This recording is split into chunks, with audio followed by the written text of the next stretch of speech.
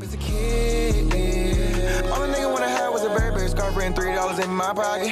Instead I got beat with a switch, but I don't give a fuck, but it's on my body. Scars all up on me, but I run around from everybody. Life lesson learned, I better learn from this bitch, nobody. She pushed me around, she didn't give no motherfucks about it. She broke my heart 3 times, but I ain't getting... While we're on the topics of the NFL playoffs and who's going to make it and who's not, the Broncos are really interesting.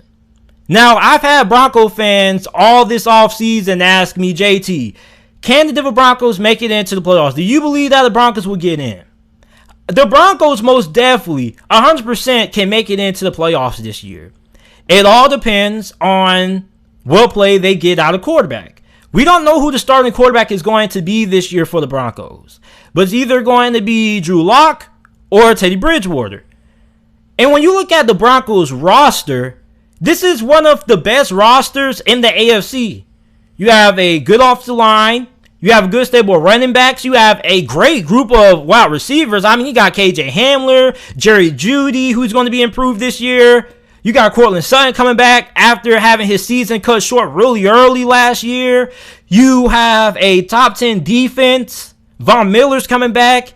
You bring in Patrick Surtain to improve the cornerback position.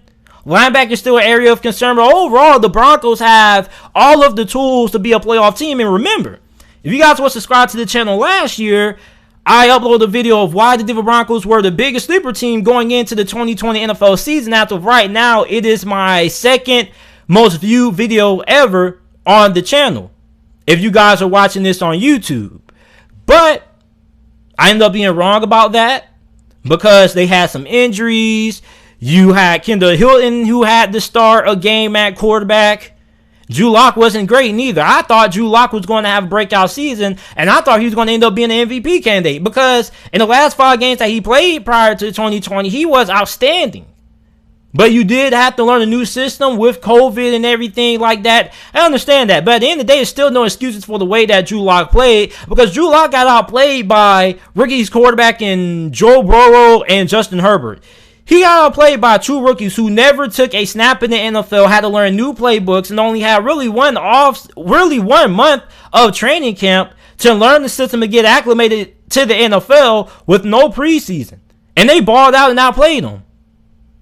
So there's really no excuses for the way Drew Lock played last year, because I know there are a lot of Denver Broncos fans who want to use the excuse, well, JT, you had COVID, he had to learn a new system, but so did Justin Herbert and Joe Burrow.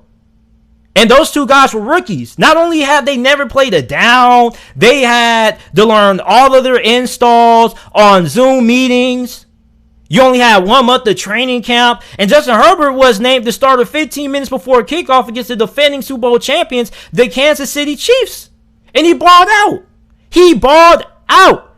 So you had 2 rookie quarterbacks who balled out during COVID, despite having to learn new systems and new playbooks and get acclimated to the NFL game. Why couldn't Drew Lock have did that? There's no excuse. Stop making excuses for poor freaking play. Stop it. Broncos fans just need to come out they just need to come out and say that, you know what? Drew Lock was not great this year. Hopefully he improves. I don't understand why so many people around this time make so many bullshit excuses for lackluster play. There's literally no excuses. Drew Lock still had a really good team, and he didn't perform. So this year, this offseason, he reportedly has been doing a lot of work with Peyton Manning. Peyton Manning has pretty much taken him under his wing, and he's been mentoring Drew Lock. They've been going over film. And I think that's going to be really good. And I'm interested in seeing how that pays off for Drew Lock. Now, meanwhile, we can't forget about Teddy Bridgewater. Teddy Bridgewater was pretty much spoiled meat once the offseason hit with Carolina. And I tell a lot of Panthers fans that Teddy Bridgewater was a bridge quarterback. No pun intended. He wasn't a long-term answer. And Teddy Bridgewater was a guy who was going to win you a couple of games at first, but he's not going to win you a lot. You may not lose a lot of games, but you're not going to win a lot of games neither. And when you saw how Teddy Bridgewater performed at the start of the year, he was pretty good. But as we progress throughout the rest of the NFL season, When the Panthers were in one possession games with 2 minutes left and they were down by a touchdown, Teddy Bridgewater was not able to get the job done. And part of being a successful quarterback in the NFL is being able to produce with the game on the line, and Teddy Bridgewater wasn't able to do that. And that's why Carolina cut bait with him and replaced them with Sam Darnold and shipped them to Denver. But I think Vic Fangio, being the head coach that he is, wanting to rely on his defense to win games, Teddy Bridgewater is definitely the perfect quarterback that he wants. Because Teddy Bridgewater is a guy who's very careful with the football. He's not going to have a lot of turnovers. And he's really smart. And that's the kind of style of quarterback that Vic Fangio, or defensive-minded coach, prefers, because they want their defense on the field with a chance to win the game, not the offense. So when you look at Teddy Bridgewater, I think he's the perfect fit in Denver. But when you look at Drew Lock, the offense definitely is going to be better if Drew Lock performs well than what it will be if Teddy Bridgewater performs well. Because Teddy Bridgewater is like another version of Alex Smith. He takes a lot of checkdowns, doesn't push the ball downfield all that much, doesn't take a lot of risk. There's pros and cons to having that kind of style playing quarterback. Meanwhile, you have Drew Lock, who is more of a gunslinger. He takes a lot of shots downfield, and he's not afraid to throw a ball into double coverage.